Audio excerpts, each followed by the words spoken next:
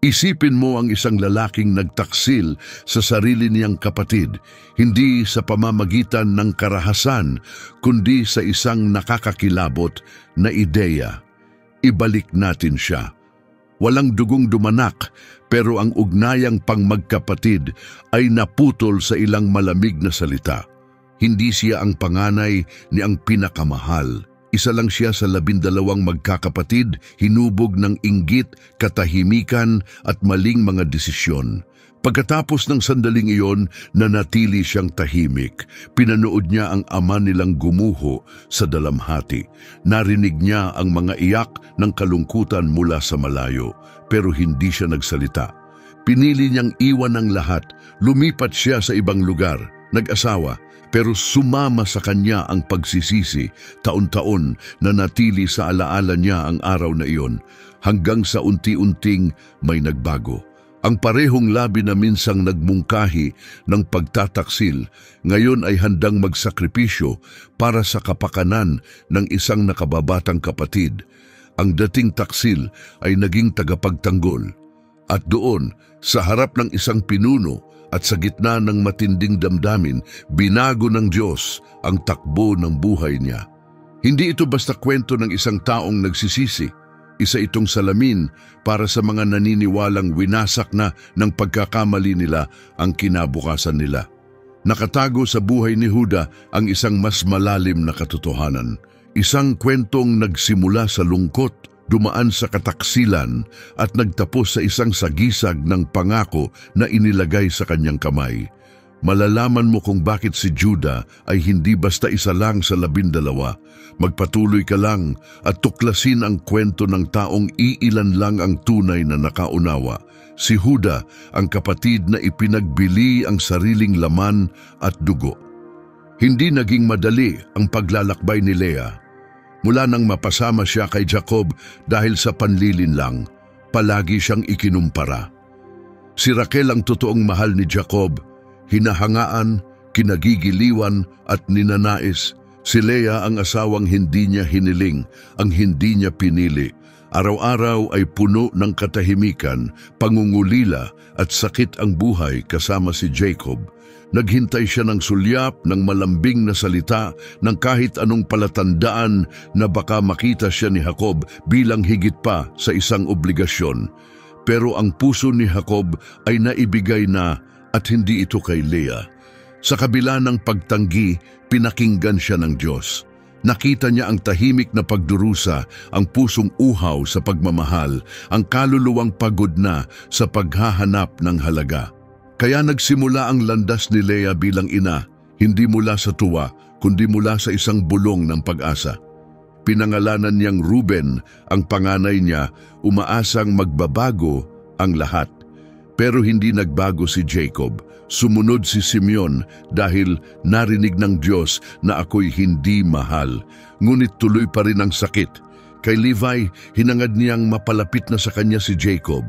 Pero kahit 3 anak na, nanatiling malayo ang puso ni Jacob. Patuloy na umasa si Leah sa pag-ibig na hindi niya natanggap. Ibinigay niya ang lahat, pero nanatili siyang tila walang halaga. Hanggang isang araw, may nagbago. Nang ipanganak ang ika-4 na anak, tila may nabuksang panibagong damdamin sa kanya. Maaring napagod na siyang umasa o baka natutunan na niyang hindi kailanman sapat ang halaga batay sa mata ng ibang tao. Marahil naunawaan niyang kahit hindi siya minahal ng asawa niya, mahal siya ng Diyos. Habang hawak niya ang bagong silang na anak, napaluha siya at mahinang nagsabi, "Sa pagkakataong ito, magpapasalamat ako sa Panginoon." Pinangalanan niya itong Juda. Sa Genesis 20:35, ang pangalang ito ay nangangahulugang papuri. Sa unang pagkakataon, hindi na mula sa sakit o pagnanais ang pangalan ng anak. Hindi na para makuha ang atensyon ni Jacob. Kahit wasak ang puso, ibinaling niya ang tingin sa langit. Nagpasalamat siya sa Diyos, hindi dahil madali ang buhay, kundi dahil alam niyang nakita siya ng Diyos. Dito nagsimula ang lihim ng buhay ni Juda. Ang pangalang ibinigay sa gitna ng lungkot pero puno ng pag-asa. Habang ang ibang pangalan ng kanyang mga kapatid ay nagsalita ng sakit, ang kanya ay pumukaw ng pagsamba. Walang ideya ang batang ito kung anong hinaharap ang naghihintay sa kanya. Hindi niya alam na ang pangalan niya ay maaalala sa maraming henerasyon, na may mga hari na magmumula sa kanya, at ang pag-asa ng buong mundo ay isisilang mula sa kanyang lahi. Kahit si Leah, hindi aakalain na ang tahimik niyang pananalig ay magdadala ng ganitong kahulugan. Hindi gaanong isinulat sa banal na kasulatan ang kabataan ni Juda, pero ang tahanan nila ay puno ng sigalot. Hindi nawala ang problema sa bahay ni Jacob. Si Raquel pa rin ang pinakamamahal. At nang dumating ang mga anak ni Raquel, agad silang binigyan ng pabor. Pero si Juda ay may dalang pangalan na kakaiba. Habang ang iba'y nag-aaway at nagbubulungan sa mga tolda, pinalaki siya ni Leah ng may pusong hati. Nasasaktan pero may papuri. Lumaki si Juda sa mundong puno ng inggit, kompetisyon at katahimikan. Pero paalala palagi ang kanyang pangalan na may dahilan ng lahat ng sakit, may pag-asa. Ganito nagsimula ang kwento ni Juda bilang salamin ng espiritu ng kanyang ina. Hindi siya pinansin ng tao, pero hindi siya iniwan ng Diyos. Nasaktan siya, pero naging matatag. Itinulak ng mundo, pero niyakap ng langit. At sa lahat ng anak ni Jacob, sa lahi ni Juda dumaan ang kinabukasan, ang pamumuno, ang kaharian, at ang ipinangakong tagapagligtas. Ang batang tila walang halaga sa simula, siya ang piniling magsimula ng daang maharlika na walang nakahula. Patunay ito na hindi sumusunod ang mga pagpili ng Diyos sa luhika ng tao. Itinataas niya ang tinanggihan upang gawin ang hindi inaakala ng iba. Pero sino ang mag-aakalang ang batang ito rin ang magiging bahagi ng pinakamadilim na kabanata sa kanyang pamilya? Ang bahay ni Jacob ay tahanan ng pagkakagulo. 4 na babae, si Leah, Raquel, Bilha at Zilpa, ay konektado sa iisang lalaki. Bawat isa'y naghangad ng pagmamahal, ng pansin, ng pagkilala. Malaki ang pamilya, maingay sa labas, pero puno ng kalungkutan sa loob. Lumaki si Juda sa gitna ng tensyon. Bata pa lang, natutunan na niyang hindi sapat ang presensya mo, kailangan mong makipaglaban para mapansin. Ang puso ng kanyang ama ay malinaw na nakatuon kay Raquel, ang babaeng matagal niyang minahal. Kahit maraming anak si Jacob, ang atensyon niya ay para sa mga anak ni Raquel, at dama ito ni Leah. Bagamat 4 na anak na ang ipinanganak niya, hindi pa rin siya tinuring na mahalaga. Bawat pagsilang ay may kasamang pag-asa na baka sakaling mapalapit sa kanya si Jacob. Pero hindi siya nagbago at naramdaman yon ng mga anak. Bilang bata, nakita ni Juda kung paano mas madalas sa tolda ni Raquel ang kanyang ama. Napansin niya ang mga sulyap, ang mga kilos, at unti-unti niyang naunawaan na may dibisyon sa kanilang pamilya. Pati ang mga anak ni Bilha at Zilpa, ang mga aliping babae, ay bahagi ng masalimuot na ugnayan. May laging tensyon sa pagitan ng mga anak ng asawa at ng alipin. Tahimik man ang mga ina, pero itinutulak nila ang kompetisyon. Ang bawat anak ay tila watawat, simbolo ng tagumpay, yabang o panganib. Habang lumalaki, mas nauunawaan ito ni Juda. Natutunan niya ang tapang sa mga kuya at damdamin sa mga nakakabata. Maging ang simpleng kainan ay nagiging paraan para magpakitang gilas o lugar kung saan tumutubo ang inggit. Kahit hindi niya lubusang nauunawaan, ramdam ni Juda na parang nasa batuhang lupa ang tahanan nila. Tahimik man si Leah, pero marami nang sinabi ang kanyang mga mata.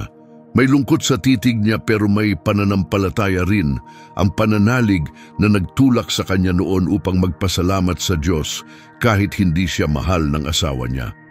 Sa ganitong kapaligiran, nahubog si Juda.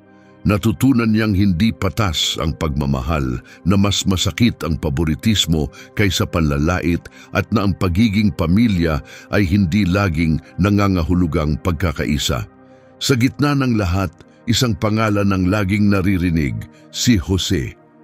Anak siya ni Raquel, matalino, maganda ang anyo at paborito ni Jacob. Bata pa lang, iba na ang trato sa kanya.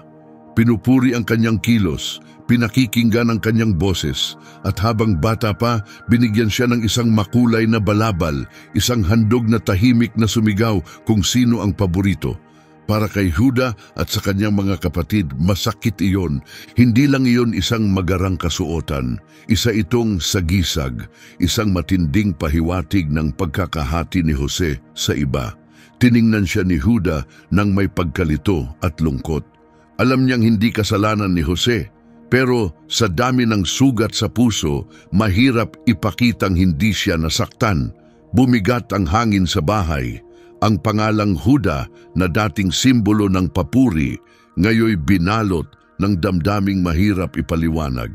Ang pagkakakilanlan ni Juda na kaugat sa tapat na pagpupuri ay ngayon sinusubok ng matinding realidad sa loob ng tahanan. Pero hindi siya nagpakita na parang taong madaling sumabog sa galit. Tahimik siyang nagmasid, kinimkim ang damdamin at pinansin ang paboritismo, kawalang katarungan at maging ang mga kahinaan ng kanyang mga kapatid, pati na rin ang sarili niyang mga pagkukulang. Nagpatuloy ang kwento ni Juda sa katahimikan. Sa bawat tensyon sa hapagkainan, sa bawat mailap na sulyap, unti-unting nahubog ang kanyang pagkatao. Naunawaan niyang ang mabuhay sa ganitong pamilya ay hindi lang nangangailangan ng lakas, kailangan din ng pag-iingat, maingat na pananahimik at minsan kahit kaunting emosyonal na distansya.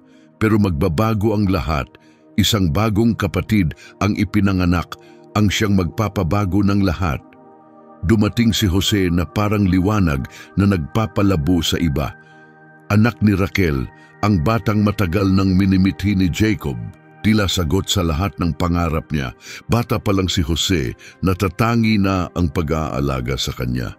Habang lumalaki siya, kitang-kita ang hayagang pagmamahal ni Jacob. Hindi niya ito itinago.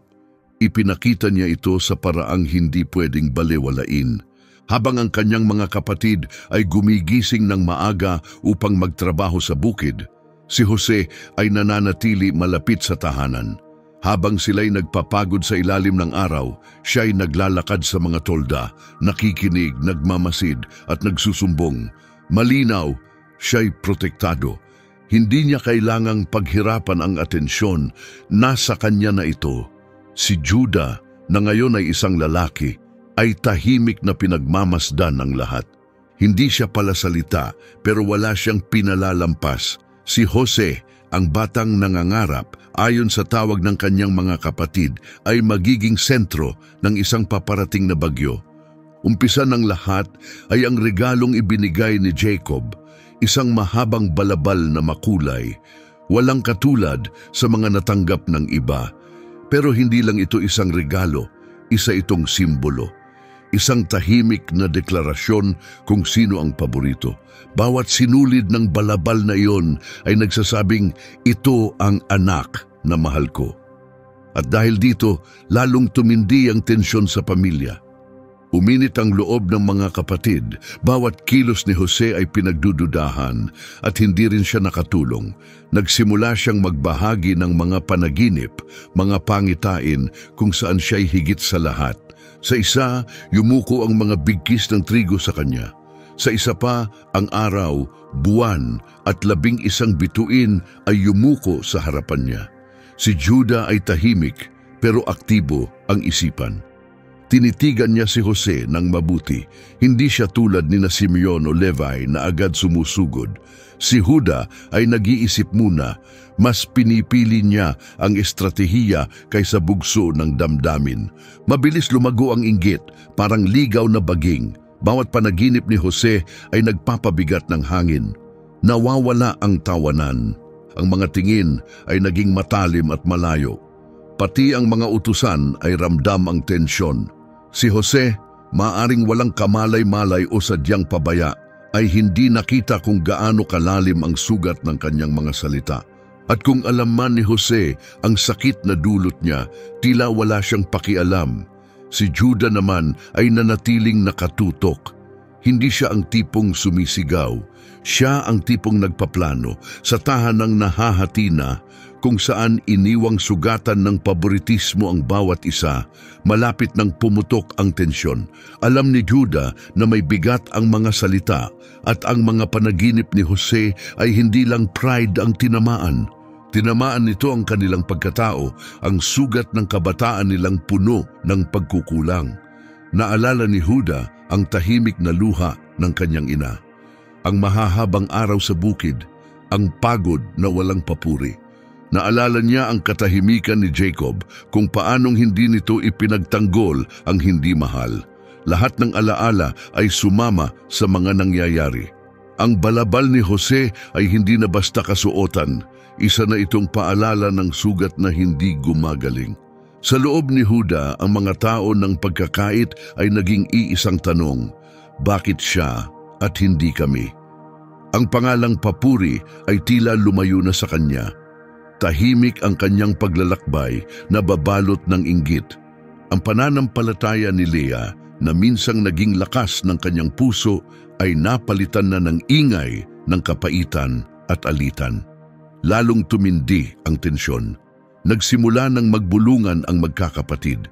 Nagliliyab na galit, naghihintay ng simoy ng hangin. Hanggang isang araw, inutusan ni Jacob si Jose na puntahan ang kanyang mga kapatid sa bukid. Isang simpleng utos, karaniwang gawain para sa sinumang anak. Pero sa likod ng utos na iyon, may pagbabagong magaganap. Umalis si Jose na hindi alam na siya'y sasalubungin ng mga taong puno ng kinikimkim. At sa pagkakataong ito, hindi lang basta tagamasid si Judah. Anong gagawin mo kapag ang kapatid mo'y umaasta na parang mas mataas sa lahat? Bago tayo magpatuloy, hinihiling namin ang iyong tulong. Mag-subscribe sa aming channel at i-like ang video. Makakatulong ito upang maibahagi pa namin ang mga makapangyarihang kwento mula sa Biblia. Ngayon, ituloy natin ang kwento ni Judah, ang kapatid na minsang nagtaksil pero kalaunay handang ialay ang sarili. Pinapunta ni Jacob si Jose upang alamin ang kalagayan ng mga kapatid at ng mga tupa. Tila isang maliit na tungkulin, pero para kay Jose, ito ang simula ng pinakamahirap na panahon sa kanyang buhay. At para kay Judah, ito ang puntong nagbago ang lahat. Habang tumatawid si Jose sa bukid, malamang wala siyang kamalay-malay sa paparating. Ang suot niyang balabal, palatandaan ng pagiging paborito, ay sumasayaw sa hangin, muling nagpapasiklab ng damdaming matagal nang nakabaon. Hindi niya alam na ang kanyang presensya ay hindi pag-ibig ang ginigising, kundi galit. Si Judah ang unang nakakita sa kanya. Kahit sa malayo, alam niyang si Jose iyon, sa lakad, sa tikas, at higit sa lahat, sa makulay na balabal na tila sumisigaw, "Ako ang mahal niya." Dumaan ang katahimikan sa magkakapatid. Nang matanto nilang si Jose ang paparating, nag-iba ang hangin. Tumalim ito. Nagpalitan ng salita, mabilis, matatalim at puno ng hinanakit. Ayan na ang nangangarap, may bumulong. Nagdilim ang kanilang mga mata. Ang galit na matagal nang naipon ay parang ilog na biglang bumuhos. May nagsabi, patayin na natin siya. Sabihin na lang natin na nilapa siya ng mabangis na hayop. Mukhang perpektong plano, walang ama, walang testigo, walang tanong. Pero sa gitna ng kaguluhan, nagsalita si Judah. Hindi niya kailangang lakasan ang boses. Ang tono niya'y tuyo, kalmado, malamig. Anong mapapala natin kung papatayin natin siya? Tanong niya. Wala tayong makukuha roon. Sandaling natahimik ang lahat. Ibenta na lang natin siya sa mga Ismailita, dagdag ni Judah. Kapatid natin siya, sarili nating laman at dugo. Huwag tayong magpadugo. Matino ang mungkahi, napalitan ng kalkulasyon ang galit. Parang solusyon ito. Mawawala si Jose, wala silang dugo sa kamay, at may pilak pa silang makukuha. Minsan, ang kasamaan ay nagpapanggap na luhika, at mas madaling tanggapin ang kasalanan kung mukha itong makatwiran. Nang dumating si Jose, walang sumalubong, walang bati kundi suntok. Hinubad nila ang balabal, ang sagisag ng pagiging paborito, at inihulog siya sa isang tuyong balon. Pinanood lang ito ni Judah. Wala siyang sinabi, hindi niya pinigilan, nanatili lang siyang nakatayo. Maya-maya dumaan ang mga mangangalakal na Ismaelita patungong Ehipto. Perpektong pagkakataon, tinawag sila ng magkakapatid, nakiusap, nagtawaran. Ibinenta nila si Jose tulad ng ari-arian, tulad ng gamit. Isang buhay, ipinagpalit sa halaga. Hindi na tinag si Juda. Hinila si Jose palayo, nakatali, litong-lito, takot na takot. Hinanap ng mga mata niya ang mukha ng kanyang mga kapatid. Nang tumapat siya kay Juda, wala siyang nakitang init. Hindi umiwas ng tingin si Judah. Para bang sinasabi ng kanyang mga mata, kailangang mangyari ito. Tapos na ang usapan, tumanggap sila ng 20 piraso ng pilak. Ang kapatid na dating kalaro, kasalo sa pagkain, katabi sa pagtulog, ngayoy kinakaladkad patungo sa dayuhang lupain, isa na lang sa mga alipin, at nang tuluyan ng lumayo ang karaban, dahan-dahang lumubog sa kanila ang bigat ng ginawa nila, pero wala pa ring nagsalita. Si Juda, hindi tulad ng iba, ay tila kalmado. Ang balabal na dating makulay at buo ay isinawsaw sa dugo ng kambing. Iyon ang gagamitin nilang ebidensya. Handa na silang umuwi. Hindi dala ang pagsisisi, kundi ang isang kasinungalingang nakabalot sa lungkot. Tinanggap ni Jacob ang balabal na parang bangkay. Nagluksa siya na parang nawala na ang lahat ng meron siya. Walang puso ang nangyari, pero bahagi ito ng plano. Ang tinig na dating sumisimbolo ng papuri, ngayon ay naging tinig ng pagtataksil. Tahimik na naglakad ang magkakapatid, natatakpan ng alikabok ang kanilang mga yapak. Walang nagsalita. Naitabi na ang pilak, pero ang tunay na bigat ng kanilang ginawa ay hindi nasusukat ng metal. Dumikit ito sa kanilang puso. Ang balabal na dati simbolo ng paboritismo at sugat, ngayon ay naging sentro ng isang malagim na kasinungalingan na itakda na ang patibong at dumating na ang pagpapanggap. Dumating sila sa bahay bago lumubog ang araw. Naghihintay si Jacob, umaasa, sabik marinig ang balita mula sa anak na ipinadala niya ng umaga. Pero sa halip na marinig ang tinig ni Jose, katahimikan at isang balabal na may dugo ang sumalubong sa matanda. Nakita namin ito sa bukid, sabi nila. Tingnan ninyo kung sa anak ninyo ito. Inabot nila ito na parang wala lang, na parang hindi nito dala ang bigat ng pagtataksil ng isang pamilya. Nanatili si Juda sa likuran. Wala siyang sinabi. Pinanood lang niya. Kinuha ni Jacob ang balabal na nanginginig ang mga kamay. Napako ang tingin niya sa dugo. Kilalang-kilala niya ang tela. Ito ang mismong balabal na ibinigay niya sa kanyang pinakamamahal na anak. Nawalan ng kulay ang kanyang mukha. Lumuhod siya. Isang malalim, basag na iyak ang lumabas mula sa kanya. Malaya ang pag-agos ng luha. Pinunit niya ang kanyang damit at napahandusay sa lupa. Aking anak, Jose, sigaw niya. Hinablot siya ng mabangis na hayop. Patay na siya. Binalot niya ang sarili ng abo, gumuho sa bigat ng kalungkutan.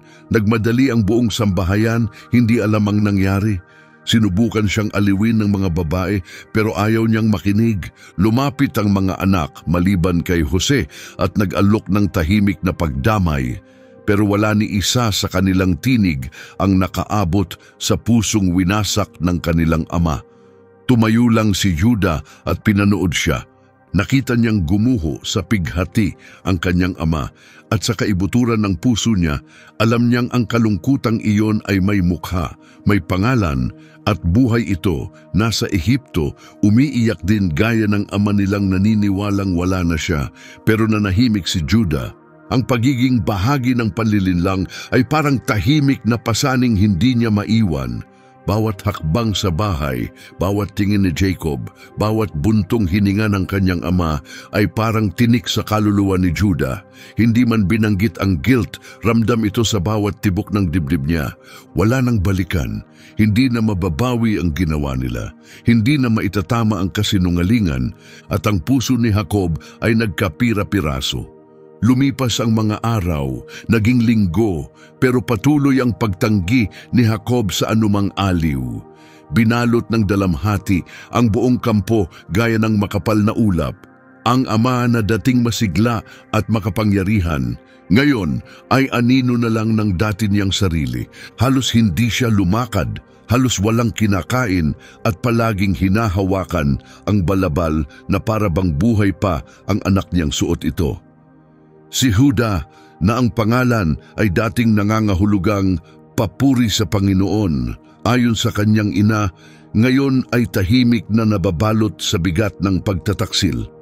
Patuloy ang kwento ni Juda, hindi sa kilos o pag-amin, kundi sa matinding katahimikan.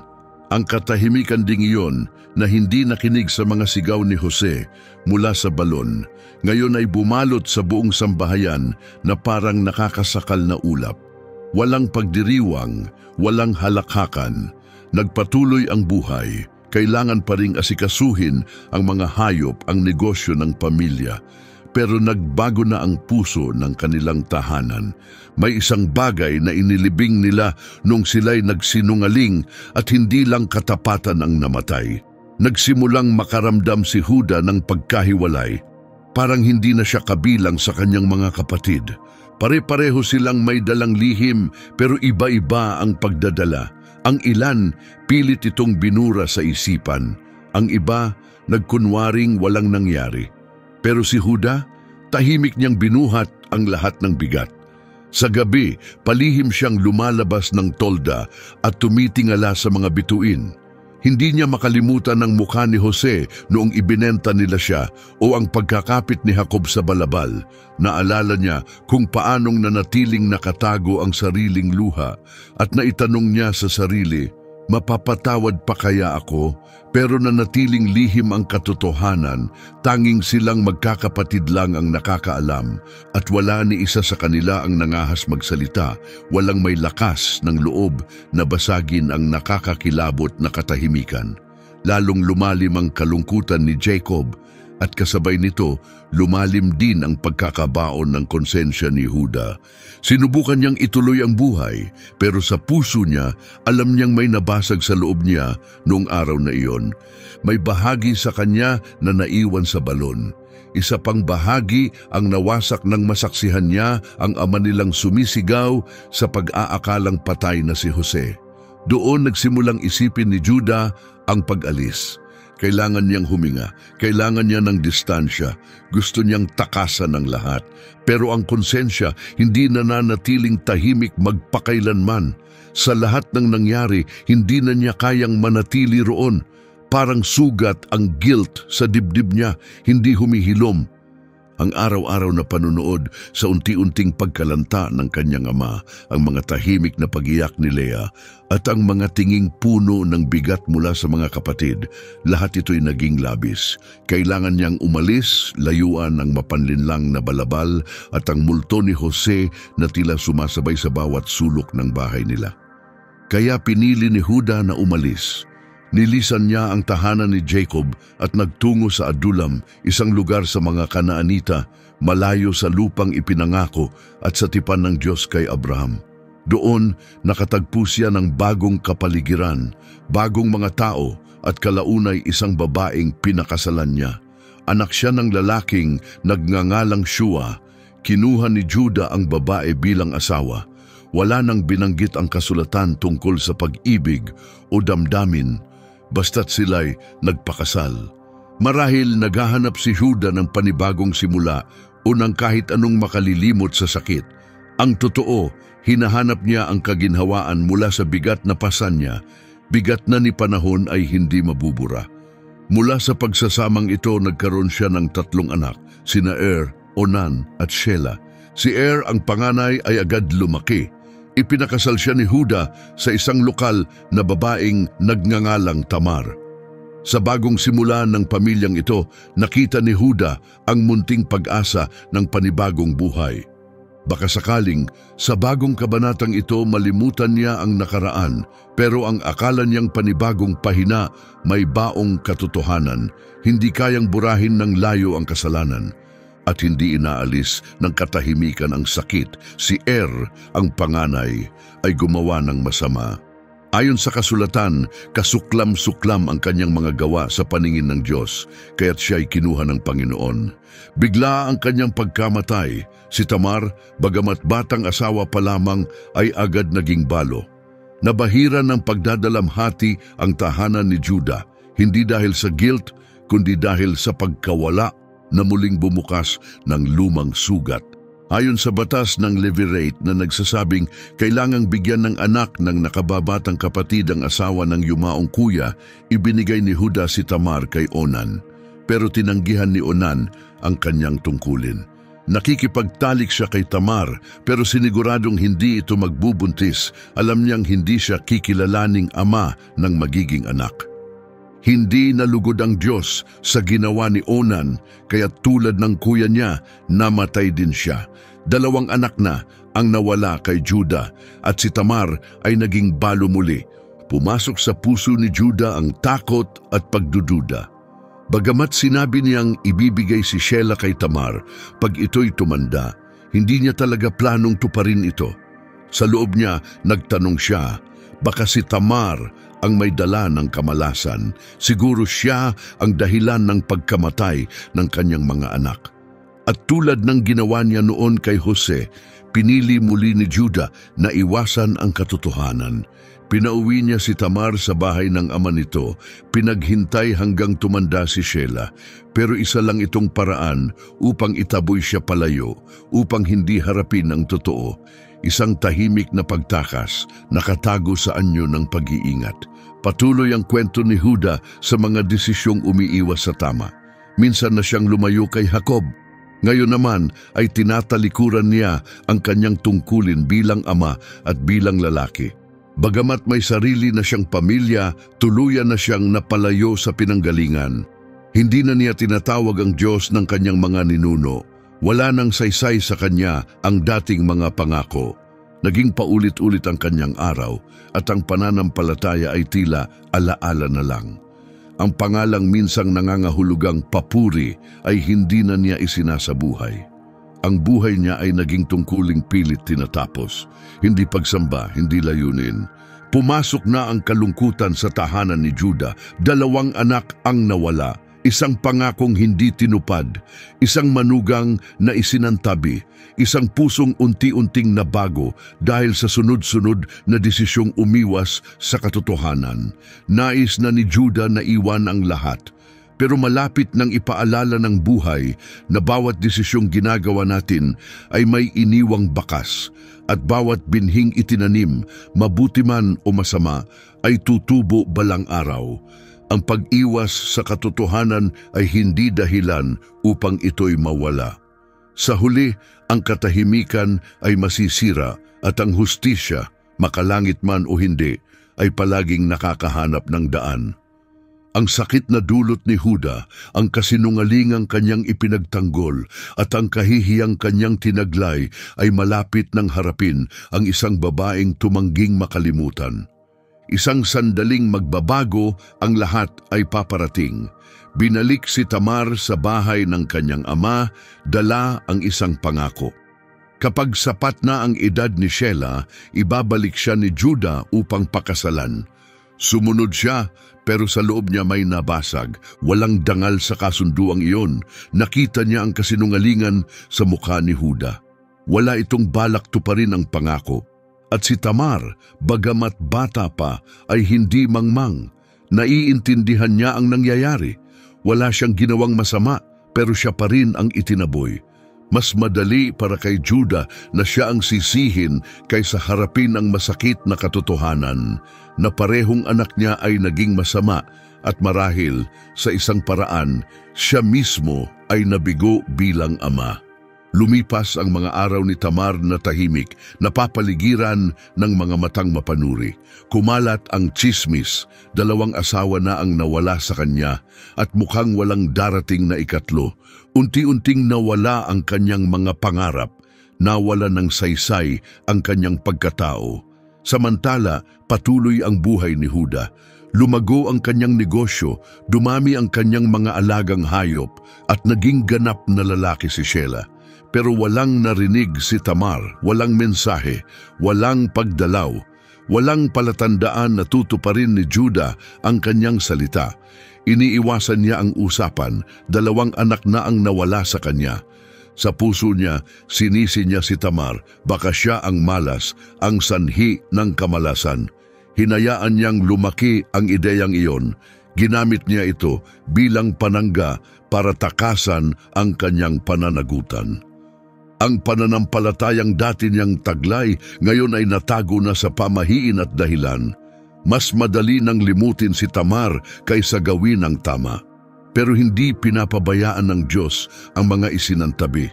At kahit tahimik ang kanyang hustisya, hindi ito lumalampas sa tama. Si Tamar na itinakwil at hindi pinansin ay tumangging maglaho. Hindi siya naghintay ng walang magawa, gumawa siya ng plano.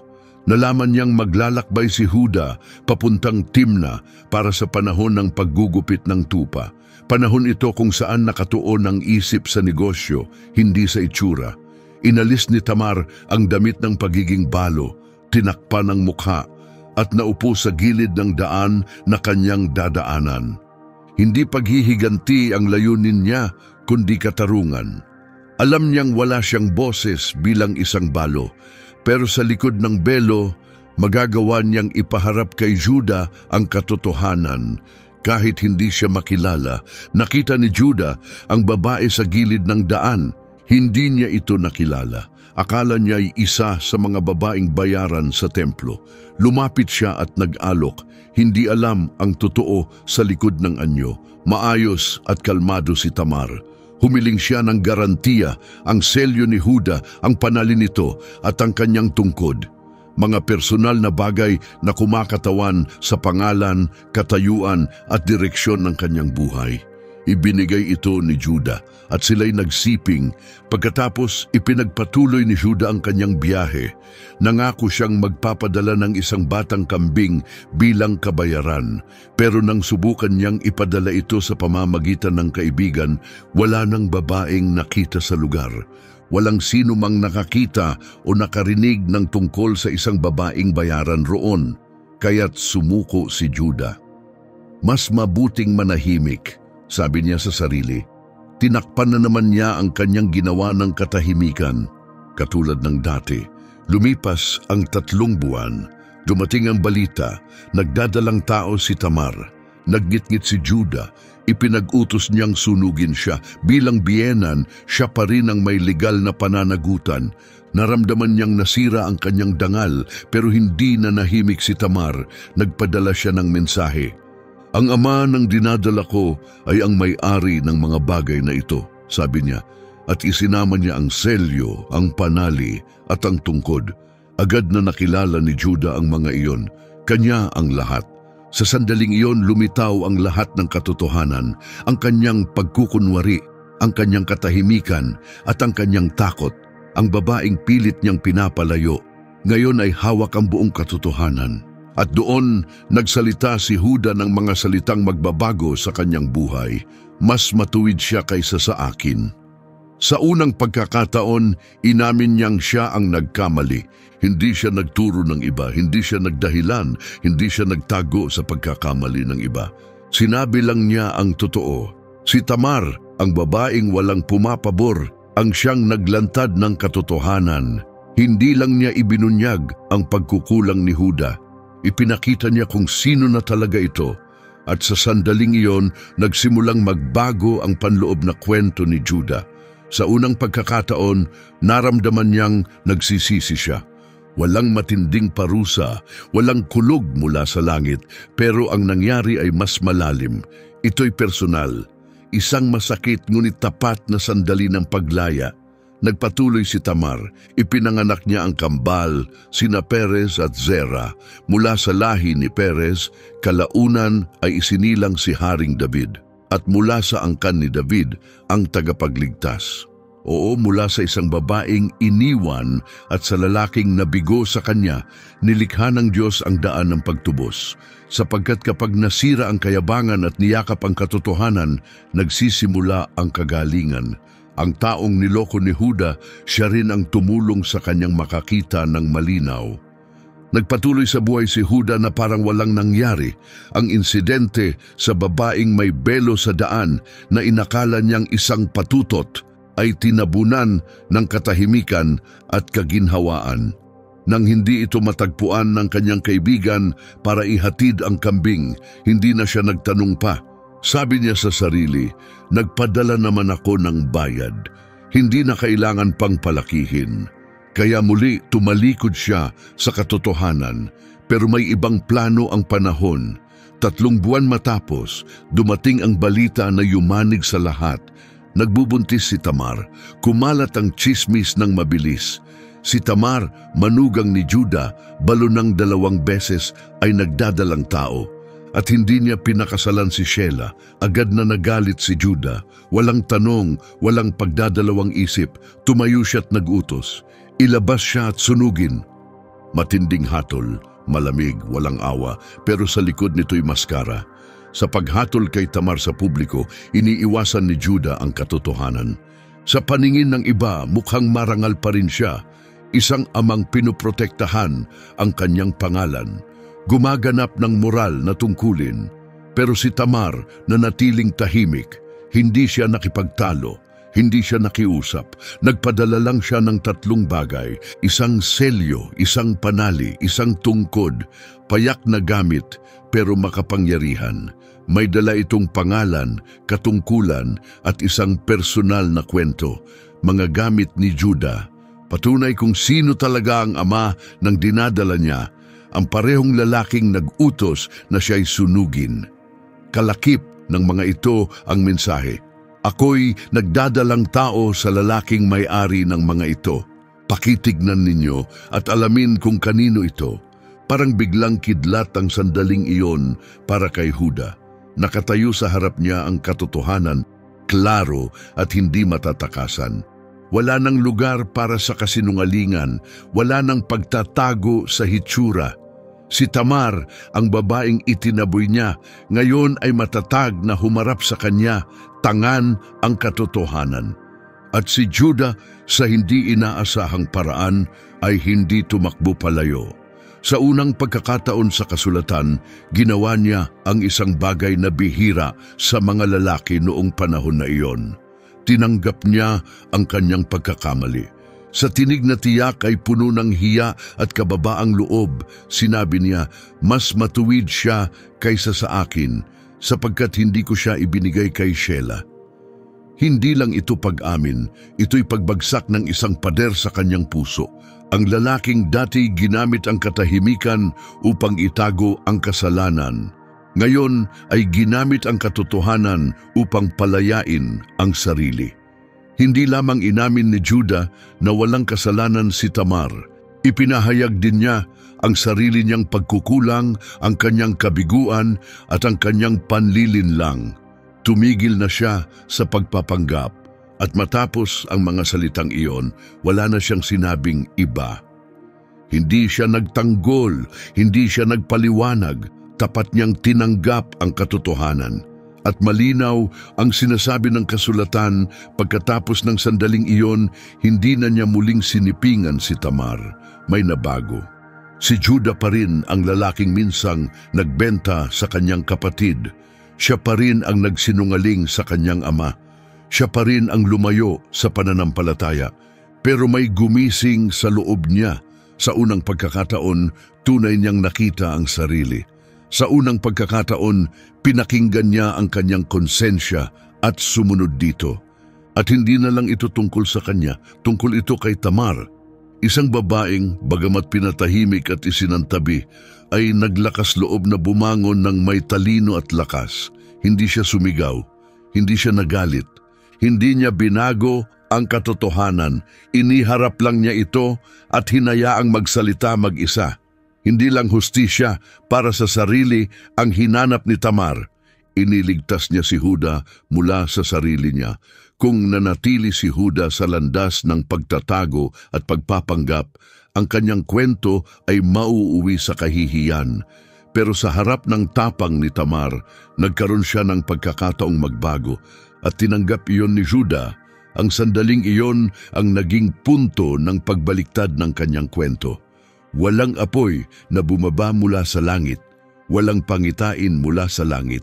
Isang babae lang, isang balo, walang pansin at hindi pinapansin, ang may lakas ng loob at kababaang loob upang ilantad ang liwanag sa pinakatinatagong bahagi ni Juda, ang katotohanan. At mula sa tagpong nagsimula sa panlilinlang, isinilang ang kambal. Nanganak si Tamar kina Perez at Zerah, pero si Perez ang unang lumabas. Ang ibig sabihin ng pangalan niya ay pagsabog o pagputok ng daan. At mula sa kanya, kalaunay isinilang si Haring David at sa huli si Jesus na Mesiyas. Oo, mula sa isang lalaking puno ng pagkakamali at sa isang babaeng itinaboy ng mundo, nagsimula ang bagong kabanata ng plano ng Diyos sa pagtubos. Dahil ganoon kumilos ang Diyos, ipinapakita niya ang kanyang lakas sa gitna ng kahinaan ng tao. Muling binubuo niya ang wasak sa pamamagitan ng katapatan. Binabago niya ang puso sa pamamagitan ng pagsisisi. Hindi na si Juda ang dati niyang sarili. May mahaba pang landas sa unahan, pero nagsimula na ang bago. Nagsisimula na siyang maging tunay na lalaki, hindi sa pamamagitan ng kapangyarihan o pagmamataas, kundi ng kababaang loob. Isang munting ilaw ang sumiklab, pero ang daan patungo sa pagtubos ay hindi maikli. Lumaki ang tiyan ni Tamar habang lumilipas ang panahon.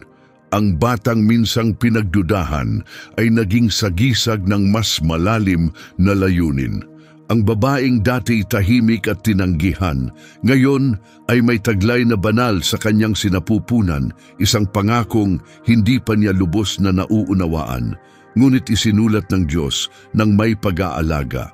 Si Juda, ngayon ay nanonood mula sa malayo, ay nanahimik, pero hindi na ito ang katahimikan ng pagtatago. Ito na ang katahimikan ng isang lalaking nagsisimulang magpasakop.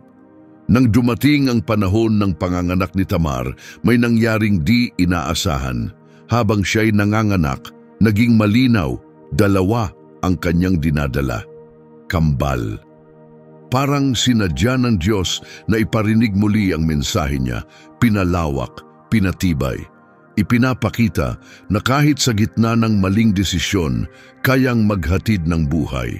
Sa gitna ng panganganak, unang lumabas ang kamay ni Zerah at agad itong tinalian ng komadrona ng pulang sinulid bilang palatandaan ng panganay. Pero bigla, binawi ang kamay at si Perez ang lumabas una. Nasira ang inaasahang ayos, ang ikalawa ang siyang nauuna, at ang tila simpleng pangyayari sa pagsilang ay naging sagisag ng mas malalim na kahulugan. Tiningnan ni Tamar ang batang pilit na sumiksik palabas, na tila humahawi ng sariling daan, at pinangalanan siyang Perez, ang pagsabog, ang pagputok ng daan. Si Juda na tahimik sa halos lahat ng pangyayari, ngayon ay nakamasid sa kanyang mga anak, hindi ang mga nawalang anak dahil sa sariling kamalian, kundi mga bagong anak na isinilang mula sa sandaling binaligtad ng katotohanan ang kasinungalingan, at ang kababaang loob ay naging pag-asa. Pinili ng Diyos na ituloy ang pangalan ni Juda, hindi dahil karapat-dapat siya, hindi dahil matuwid ang kanyang pamumuhay, dahil hindi naman siya ganon. Si Juda ang lalaking nagbenta ng sariling kapatid bilang alipin. Si Juda ang nagsinungaling sa sariling ama. Si Juda ang nagsisi sa manugang at itinatwa ang pananagutan. At ngayon, ang lalaking ito ay saksi sa pagpapatuloy ng kanyang lahi. At hindi lang basta pagpapatuloy, kundi pagtanggap mula sa Diyos mismo. Lalaki ang mga batang iyon, at mula kay Perez, ayon sa kasulatan, isinilang si Boaz. Mula kay Boaz, si Obed. Mula kay Obed, si Jesse. At mula kay Jesse, si David, ang haring may pusong malapit sa Diyos. At sa paglipas ng panahon, mula sa lahi ni David, dumating si Jesus, ang tagapagligtas ng lahat. At lahat ng ito'y nagsimula rito, sa isang babaeng hindi pinansin, isang lalaking basag at dalawang sanggol na isinilang sa paraang hindi inaasahan. Ang inakalang kahihiyan naging simula ng pagtubos. Ang akalang kabiguan naging larawan ng pagbabalik. Ang akalang labag sa batas ay siya palang landas patungo sa katuparan ng plano ng Diyos. Si Judah, isang lalaking inakay ng sariling desisyon, pagsisisi at katahimikan, ngayon ay bahagi na ng mas malawak na plano. Hindi niya ito binalak, hindi niya ito hinanap, pero ginamit ng Diyos sa kanyang kapangyarihan ang bawat sirang bahagi ng kwento ni Judah upang bumuo ng isang walang hanggang layunin. Ang batang isinilang mula sa babaeng itinakwil, sa lalaking ang pangalan ay Papuri, ay naging patunay ng biyaya. Kahit maraming sugat pa ang kailangang hilumin na isakatuparan na ang unang hakbang, hindi dahil sa lakas ni Huda, kundi dahil sa layunin ng Diyos na ginagawang simula ang bawat pagbagsak. Si Tamar sa kanyang tapang ay naging bahagi ng dakilang kwento ng pananampalataya. Hindi na naaalala bilang kahihiyan, kundi bilang sagisag ng pagtubos. Isang babaeng, bagamat pinatahimik, ay nagsalita sa pamamagitan ng katotohanan, na kahit tinanggihan ay nagdala ng katarungan, na kahit ginamit ay nagsilang ng susunod na kabanata sa pangako ng Diyos. At si Judah unti-unting natutunan ng isang bagay, ang pagtubos ay hindi nangangahulugang burahin ang nakaraan.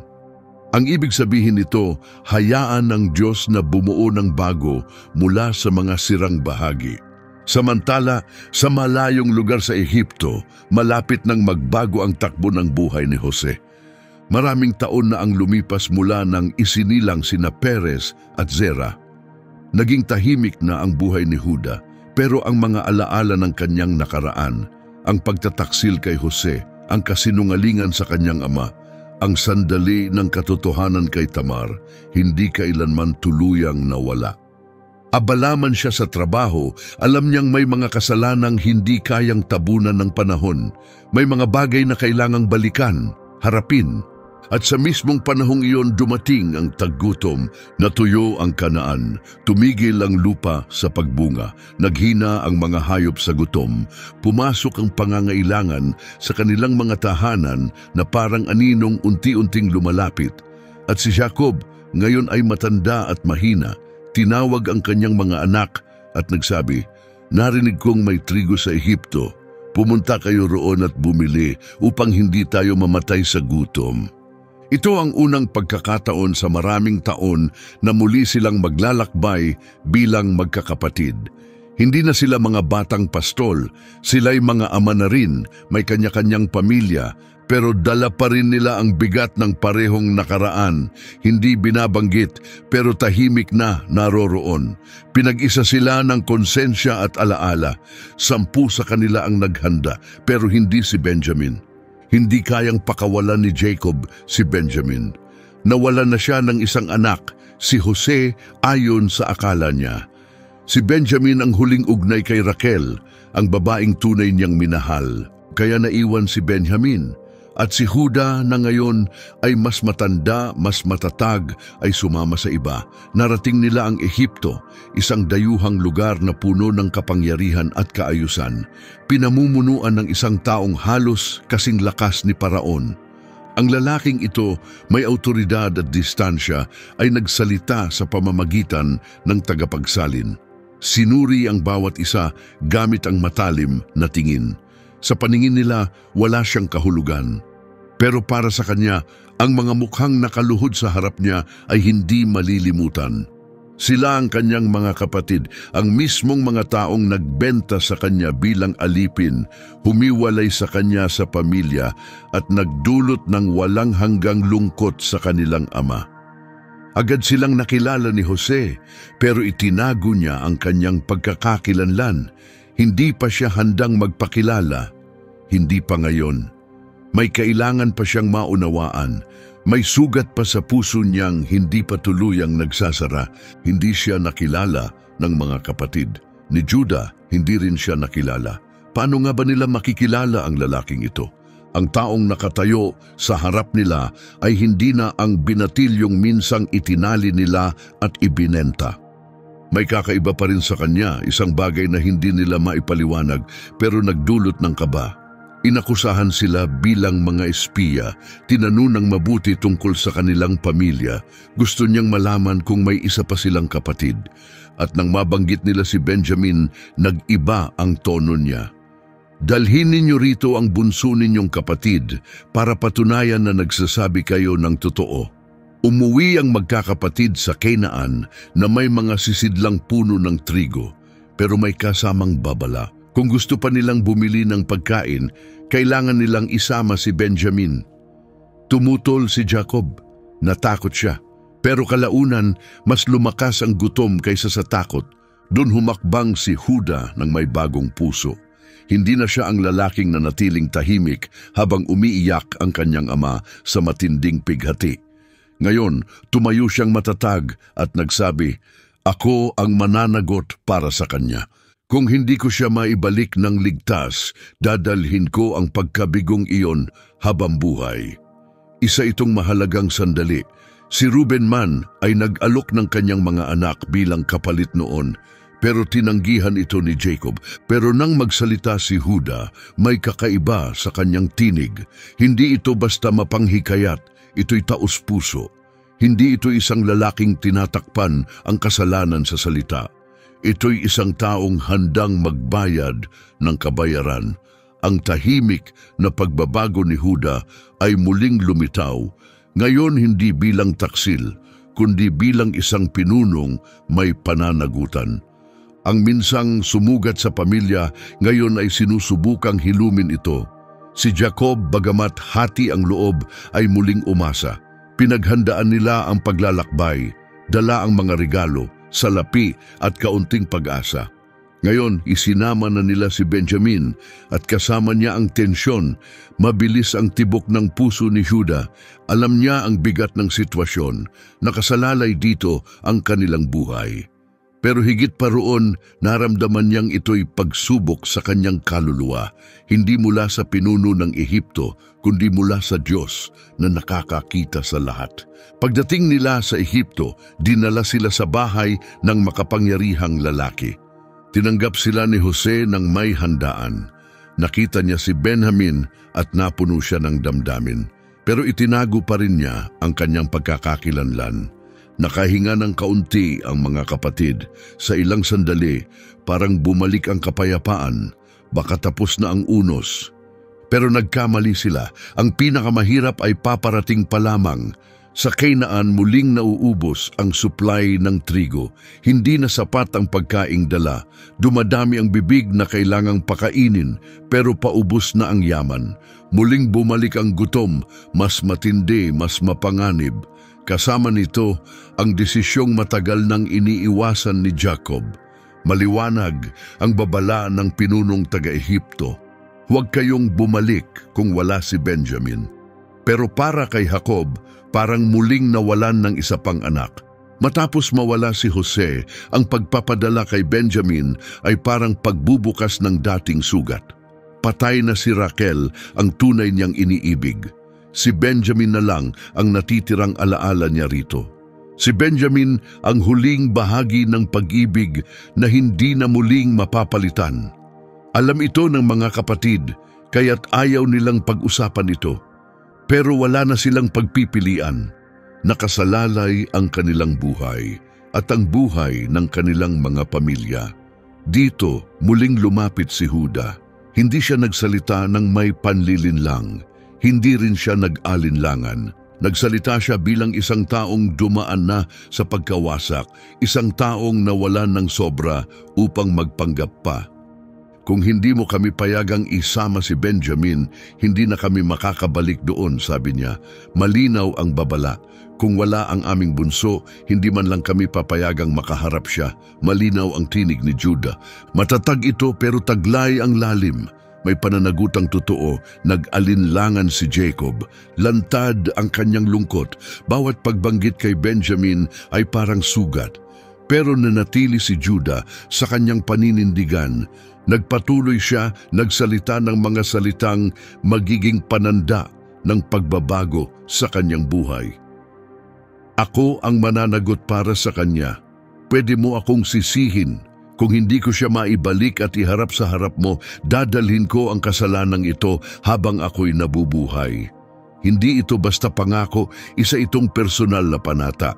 Ang taong minsang nagmungkahing ipagbili ang kanyang kapatid, ngayon ay iniaalay ang sarili bilang kapalit nito. Ang taong nanahimik habang umiiyak ang kanyang ama, ngayon ay nangangakong hindi titigil hanggat hindi muling nakakamit ng kanyang ama ang kapayapaan.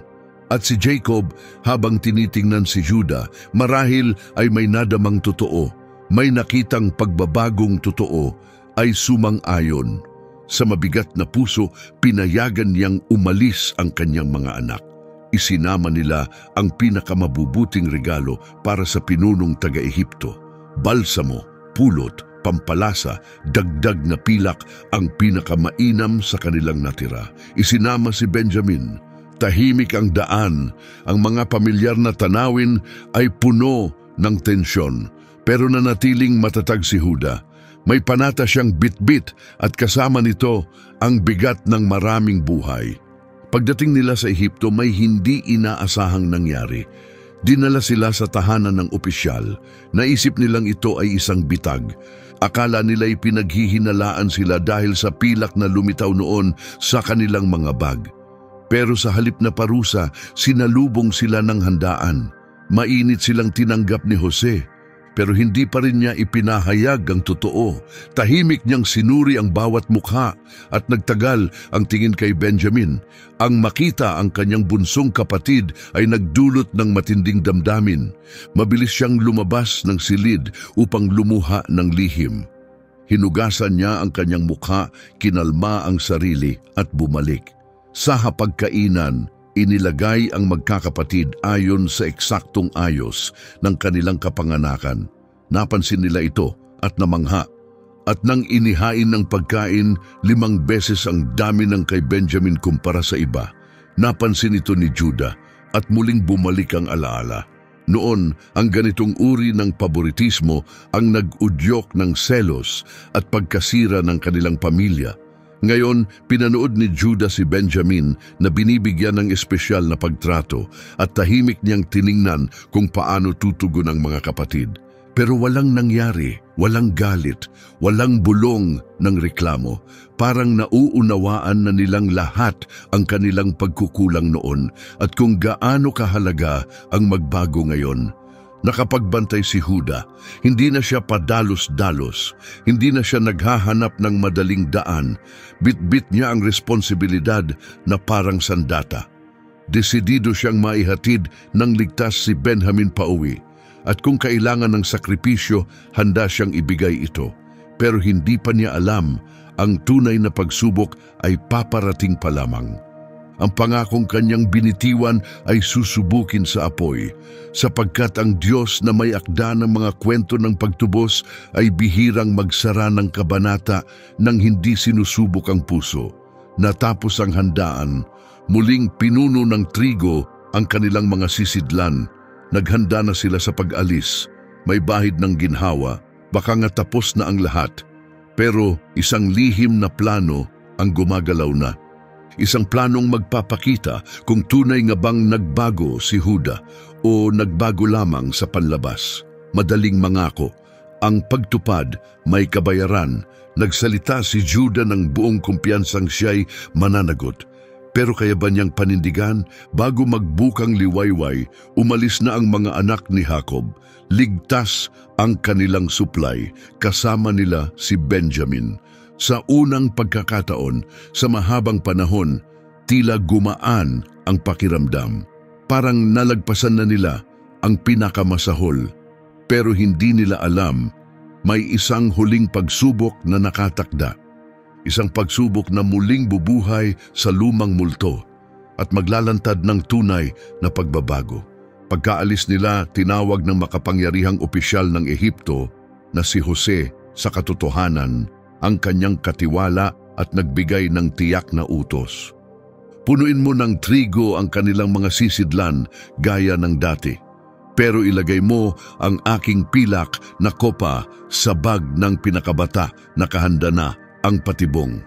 Kakaalis pa lang nila sa lungsod nang marinig nila ang yabag ng mga kabayong paparating. Inabutan sila ng katiwala ng pinuno, mabigat ang tingin at matalim ang salita. Bakit ninyo ginantihan ng kasamaan ang kabutihang ibinigay sa inyo? Nawawala ang pilak na kopa ng aking Panginoon. Ginagamit niya ito sa panghuhula at napakahalaga nito. Gulat ang mga kapatid at puno ng galit. Nagprotesta sila ng taos-puso. Wala silang ginawang masama. Isa sa kanila sigurado sa kanilang kawalang sala ang nagsabi, "Kung sino man sa amin ang matagpo ang may hawak ng kopa, hayaang siya'y mamatay at kaming iba ay magiging iyong mga alipin." Tahimik pero matatag ang sagot ng katiwala. Sinabi niyang ang taong matagpo ang may kopa ay magiging alipin, ngunit ang iba ay palalayain. Isa-isa silang bumaba sa kanilang mga hayop, isa-isa ring binuksan ang kanilang mga bag. Mabilis ang tibok ng puso ni Juda, hindi dahil sa hinala, kundi sa takot. Hindi nila kayang mawala si Benjamin. Hindi ngayon, hindi matapos ang lahat ng kanilang ipinangako. Sinimula ng paghahanap mula sa pinakamatanda hanggang sa bunso. At sa bag ni Benjamin, naroon ang pilak na kopa. Nabiyak ang katahimikan ng malalakas na iyak. Pinunit nila ang kanilang mga damit sa matinding kalungkutan. Parang nadurog silang lahat. May panata silang binitiwan. Si Juda mismo ang nangakong mananagot. At ngayon, ang bunso, ang pinakamamahal ng kanilang ama, ay nahaharap sa pagiging alipin. Hindi sila nagpatumpik-tumpik, bumalik sila sa palasyo. Ang tanging pag-asa nila ngayon ay magmakaawa. Yumuko silang lahat sa harap ng makapangyarihang lalaki, hindi alam na ang kanilang niluhuran ay ang kapatid na minsang ibinenta nila. Tahimik silang pinagmasdan ni Jose, isa-isa niyang tiningnan ang kanilang mga mukha. May takot, may konsensya, may kawalang pag-asa. Parang bumalik ang nakaraan, sumasalamin sa bawat kilos nila. Isa sa kanila ang nagsabing, marahil ang Diyos ang naglantad ng kanilang tagong kasalanan. Hindi dahil sa nawawalang kopa, kundi dahil sa kasalanang matagal nang itinago.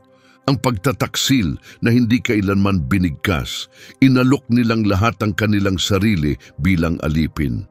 Pero sinabi ni Jose, hindi ko parurusahan ang mga walang kasalanan. Ang may hawak ng kopa lamang ang mananatili. Ang iba, maari nang umuwi ng payapa. Doon humarap si Juda. Ang parehong lalaking minsang nagmungkahi na ipagbili si Jose, ngayon ay lumalapit para iligtas. Matatag ang kanyang tinig pero puno ng damdamin. Ikinuwento niya ang tungkol sa kanilang amang matanda at kung paanong ang pagkawala ng isa pang anak ay tuluyang wawasak dito. Ipinahayag niya ang malalim na ugnayan ni Jacob at Benjamin, kung paano hindi na muling gumaling ang puso ng kanilang ama mula nang mawala si Jose. At sa huli, sinabi niya, "Pakisuyo, ako na lang ang maiwan. Hayaan mong si Benjamin ay makabalik kasama ang kanyang mga kapatid. Ako ang mananatili bilang iyong alipin.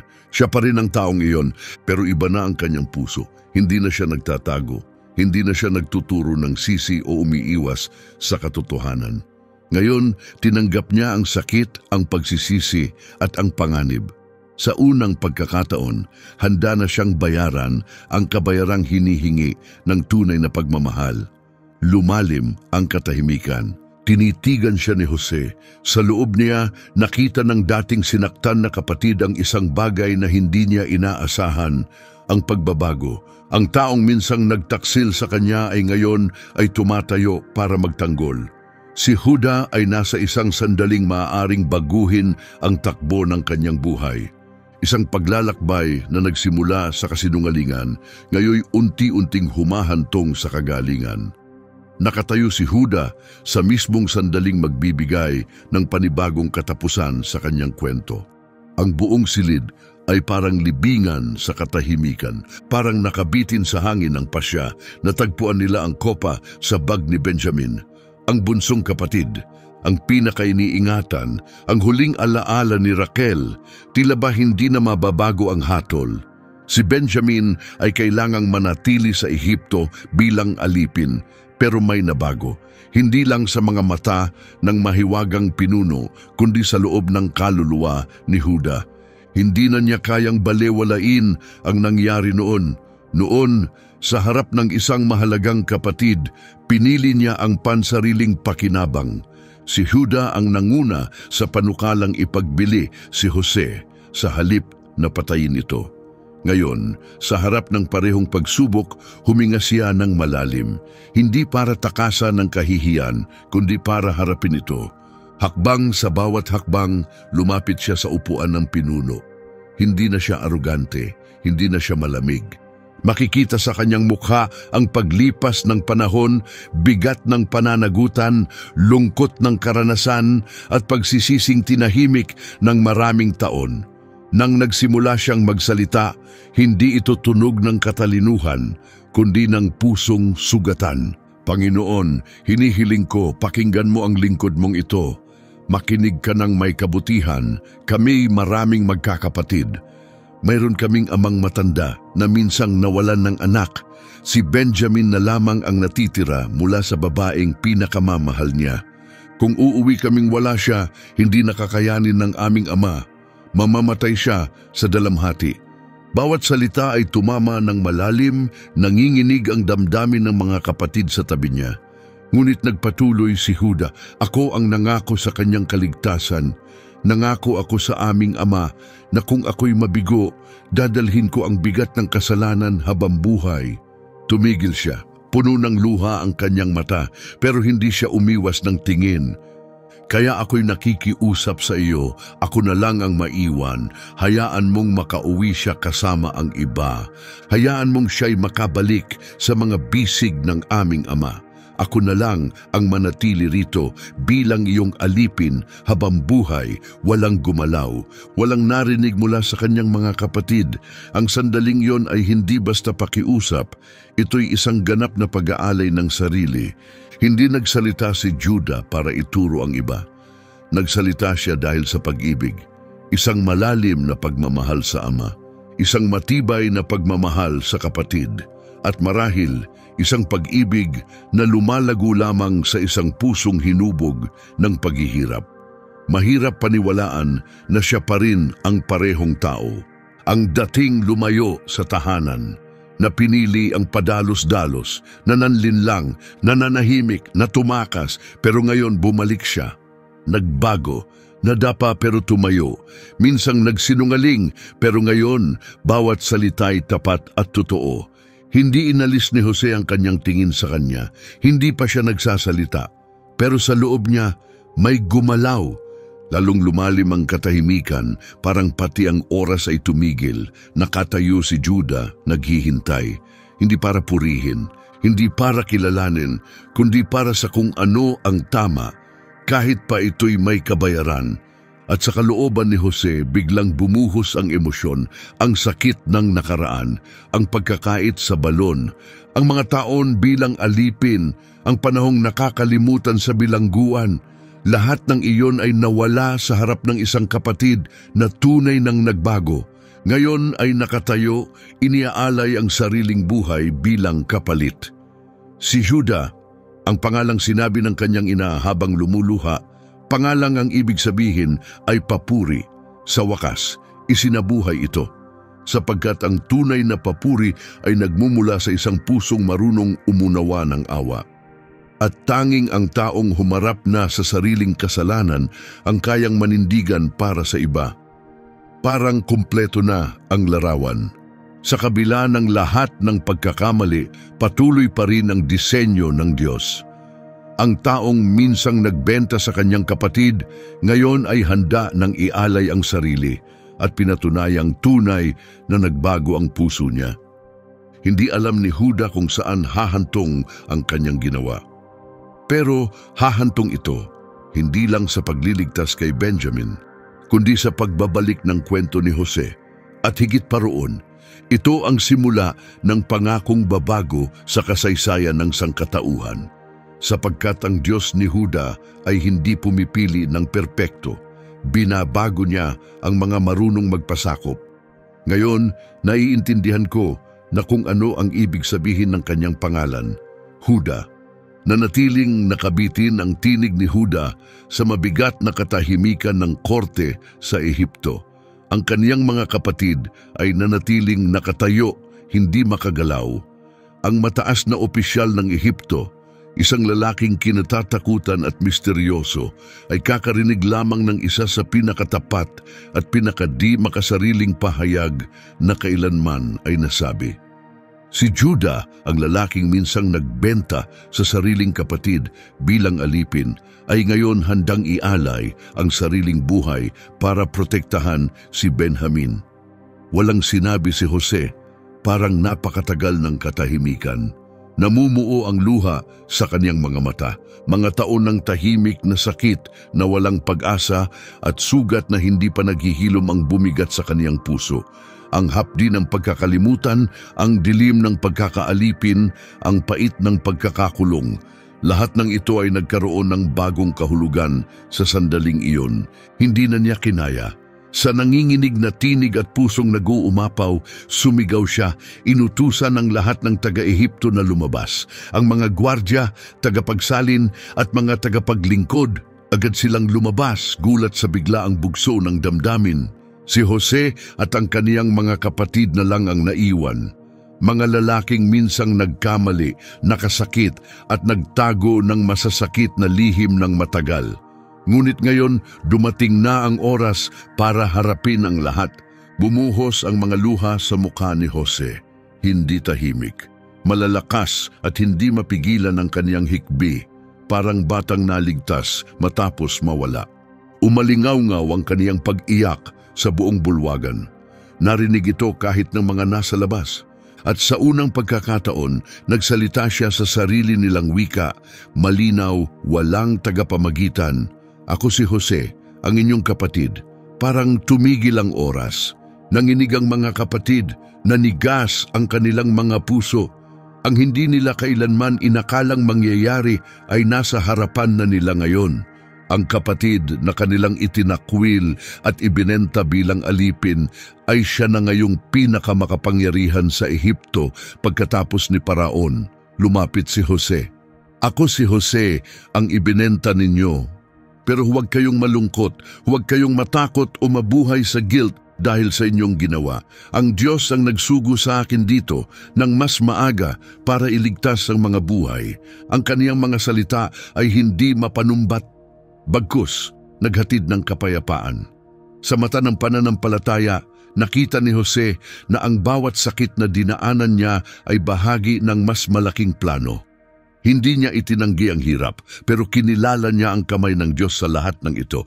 Walang masabi ang kaniyang mga kapatid, nakaramdam sila ng guilt, ng takot, pero lumapit si Jose. Niyakap muna niya si Benjamin at sabay silang umiyak ng malaya. Pagkatapos, niyakap niya ang bawat isa sa kaniyang mga kapatid. Walang paninisi, walang parusa, tanging mga yakap na puno ng kabaitan at paghilom. At sa sandaling iyon, si Juda, ang pinaka-nagnanais ng yakap na iyon, ay hinayaang bumagsak ang kaniyang mga luha. Malaya. Naalala niya ang lahat ng kaniyang nagawa, ramdam niya ang bigat na matagal niyang pasan, ngunit sa yakap ni Jose, naranasan niya ang kapatawaran. Hindi lang mula sa kapatid na nasaktan niya, kundi mula rin sa Diyos sa itaas. Ito ang simula ng bagong yugto. Sinabihan sila ni Jose na bumalik sa Kanaan, dalhin ang kanilang ama at bumalik kasama ang buong pamilya sa Ehipto. Doon, aalagaan niya silang lahat. Ipinangako niyang ibibigay sa kanila ang pinakamainam na lupain. Ang siyang itinakwil noon ay siya ngayong magtataguyod sa kanilang lahat. Ang tagong paglalakbay ni Juda na minsang nagtaksil sa sariling dugo ay unti-unting nagiging makapangyarihang kwento ng pagtubos. Ang lalaking minsang lubusang bumagsak ay ngayoy ginagamit sa isang banal na pagliligtas. Ang kwento ay hindi na tungkol sa kahihiyan, kundi sa awa. Hindi na tali sa nakaraan, kundi bukas sa bagong kinabukasan. Ang kapayapaan sa pagitan ng magkakapatid ay hindi bumura sa mga nangyari, ngunit nagbigay kahulugan sa mga bagay na dating tila hindi na kayang ayusin. Sa pamamagitan ni Jose, parang sinasabi ng Diyos, ang binalak ng iba sa masama, maari kong gawing mabuti. Walang sinabi si Judah, pero nag-uumapaw ang kaniyang puso sa kagalakan. Ibinigay niya ang lahat sa ngalan ng pag-ibig at sa halip na parusa, yakap ang kaniyang natanggap. Ang minsang nagtatago sa dilim ay ngayon ay nakatayo sa liwanag na kay tindi, kaya't napawi ang lahat ng dating anino. Ang kwentong nagsimula sa pagtataksil at dugong dami ay muling isinusulat. Ngayon, sa mga luha ng paghilom, tapat na pagmamahal at pangakong puno ng pag-asa. Ngunit hindi pa tapos ang kwento. May mas malaking pagpapala na paparating. Lumipas ang panahon matapos ipahayag ni Jose kung sino siya. Si Jacob at ang kanyang pamilya ay nanirahan sa Goshen, isang masaganang lupain na ibinigay ni Paraon. Habang pinupinsala ng taggutom ang mga karatig lupain, sila'y ligtas, inaalagaan ni Jose. Ngayoy matanda at malapit ng pumanaw, tinipon ni Jacob ang kaniyang mga anak upang bigyan ng huling mga pagpapala. Ngunit higit pa sa pamamaalam, ito ay mga sulyap sa kanilang kinabukasan. Nang dumating ang oras ni Judah, tumingin si Jacob sa mata ng anak. Ito ang parehong anak na minsang nagtaksil, ngunit ngayon iba na ang nakikita ni Jacob. Isang lalaking binago ng panahon. Nagsalita siya, Judah, pararangalan ka ng iyong mga kapatid.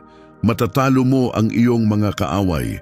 Ang mga anak ng iyong ama ay yuyuko sa iyo.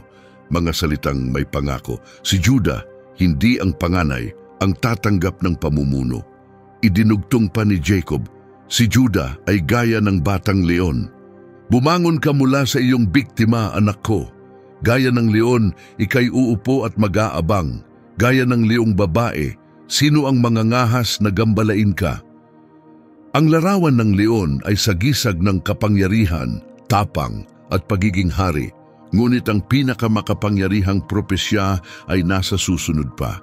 Hindi mawawala ang setro sa kamay ni Juda ni ang baston ng pinuno mula sa pagitan ng kaniyang mga paa hanggang sa dumating ang tunay na hari, ang itinakdang mamuno. At igagalang siya ng mga bansa, mga salitang may lalim at propetikong kahulugan. Ang setro sa gisag ng kapangyarihan at kaharian ay mananatili sa angkan ni Juda hanggang sa dumating ang tunay na hari, isang malinaw na larawan ng Mesyas na magmumula sa kaniyang lahi. Nagpatuloy si Jacob, itatali niya ang kaniyang asno sa puno ng ubas, ang batang asno sa pinakamasaganang sanga. Papaliguan niya ang kaniyang damit sa alak, ang kaniyang kasuotan sa pulang katas ng ubas. Mas maitim ang kaniyang mga mata kaysa sa alak, mas maputi ang kaniyang mga ngipin kaysa sa gatas. Ang mga salitang ito ay larawan ng kasaganahan, kapayapaan at kadalisayan, ngunit may bulong din ng dugo, sakripisyo at pagtubos. Nanahimik si Judah, gumalaw ang kaniyang puso. Naalala niya ang lahat ng landas na kaniyang tinahak, ang mga kasalanan, ang kalungkutan, ngunit pati na rin ang sandaling siya'y nagbago. At ngayon, may pangakong ibinigay sa kanya na lampas sa kaniyang inaasahan. Matapos pagpalain ang bawat anak, ibinigay ni Jacob ang huling tagubilin tungkol sa kaniyang libing at pumanaw. Inilibing siya sa libingan ng kanilang angkan sa Makpela kasama ng kanilang mga ninuno. Ang dating tagong kwento ni Judah, puno ng pagkakamali at pagtubos, ay nagtapos sa isang pangakong walang hanggan. Mula sa kaniyang lahi ay darating ang tagapagligtas, ang magliligtas hindi lang sa Israel, kundi sa buong sangkatauhan. Nagtapos ang kwento ni Judah, ngunit ang kaniyang pamana ay nananatili sa buong kasaysayan. Sa paggunita sa kaniyang buhay, hindi natin siya nakikitang isang bayani mula sa simula. Bagkus, isa siyang ordinaryong tao na matinding nadapa. isang kapatid na nagpayo na ibenta si Jose, isang anak na tumulong sa kasinungalingang nagpahina sa kanilang ama, isang lalaking lumayo at nabuhay ng hiwalay sa Diyos. Ngunit siya ang pinili ng Diyos para sa isang layuning walang hanggan. Hindi nagtapos ang kwento ni Juda sa Ehipto o sa libingan. Ito'y lumampas pa roon. Sa bagong tipan, muling lumitaw ang kaniyang pangalan. Ngayon, hindi na sa kahihiyan, kundi sa karangalan. Sa simula ng Ebanghelyo ni Mateo, sa talaan ng lahi ni Jesus, malinaw na isinulat, Juda, hindi tinanggal, hindi itinago, kundi pinarangalan. Sa kabila ng mga pagkakamali, isinama siya sa angkan ng anak ng Diyos. Parang sinasabi ng Diyos, ang kwento ni Juda na puno ng selos, kabiguan at lungkot ay nagtapos sa kaluwalhatian. Hindi siya perpekto, ngunit siya ay binago. Mahirap ang kaniyang simula, ngunit ang wakas ay maluwalhati.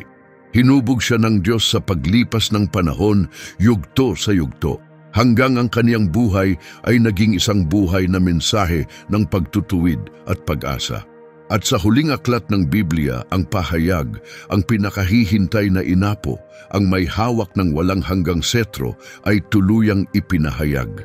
Hindi na bilang sanggol sa sabsaban, kundi bilang hari ng tagumpay.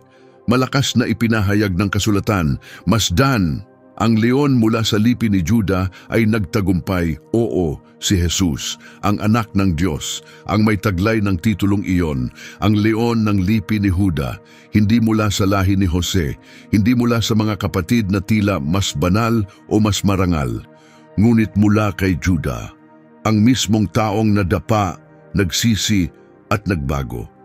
At iyan ang mensaheng umaabot sa atin ngayon. Hindi hinahanap ng Diyos ang pinakamalakas, pinakamatalino o pinakawalang bahid. Pinipili niya ang pusong bukas. Mga taong humaharap sa kanilang mga pagkukulang at hinahayaang siya ang magsulat ng bagong wakas. Yung mga umaaming hindi nila kaya mag-isa pero naniniwala na sa kaniyang mga kamay, ang kanilang kwento ay magkakaroon ng saysay. Laging mas malalim ang abot ng biyaya kaysa sa ating nakaraan. Ang tagong paglalakbay ni Juda ay salamin ng sarili nating mga landas. Sino ba sa atin ang hindi nagkulang? Sino ba ang hindi nang hawakan sa guilt, nagtago ng hiya o gumawa ng maling desisyon? At gayon paman, ang parehong biyayang bumuhat kay Juda ay narito pa rin hanggang ngayon. Ang parehong tinig na naghatid ng kapatawaran at paghilom sa Ehipto ay siya ring tumatawag sa atin. At dito tayo hahantong sa isang tanong. Anong bahagi ng iyong kwento ang patuloy mong itinatago sa dilim? Aling bahagi ng iyong nakaraan ang pinaniniwalaan mong hindi na kayang gamitin ng Diyos? Bitawan mo na. Hayaan mong ito'y malantad. Dahil kapag isinuko natin sa Ama ang ating mga sirang bahagi, ginagawa niya itong kagandahan kung saan dati ay kahihiyan. Sinusulat niya ang mga kwentong puno ng pag-asa. Binubuhay niya ang mga pinunong dati walang tiwala sa sarili. Patunay ang kwento ni Juda na walang buhay na masyadong sira para hindi abutin ng awa. Kung nagamit ng Diyos ang isang tulad ni Juda, taong may kapintasan, pasan ng bigat at bumagsak, kayang-kaya rin niyang gamitin ang iyong buhay upang maging pagpapala sa iba. Hayaan mong ang pag-ungal ng leon ng lipi ni Juda ay pukawin ang iyong puso. Tandaan mo, hindi kailangang matapos sa pagsisisi ang iyong kwento, maaari itong humantong sa pagtubos. Kung ang mensaheng ito ay tumimo sa iyong puso, panoorin pa ang iba pang mga video tungkol sa kahangahangang mga tao sa kasulatan. Pindutin mo na ang isa ngayon, mag-subscribe at i-like ang video. Naway patuloy tayong ipakita ng Diyos na kaya niyang gawing maganda ang pinakamasasakit na sandali, gaya ng ginawa niya para kay Juda.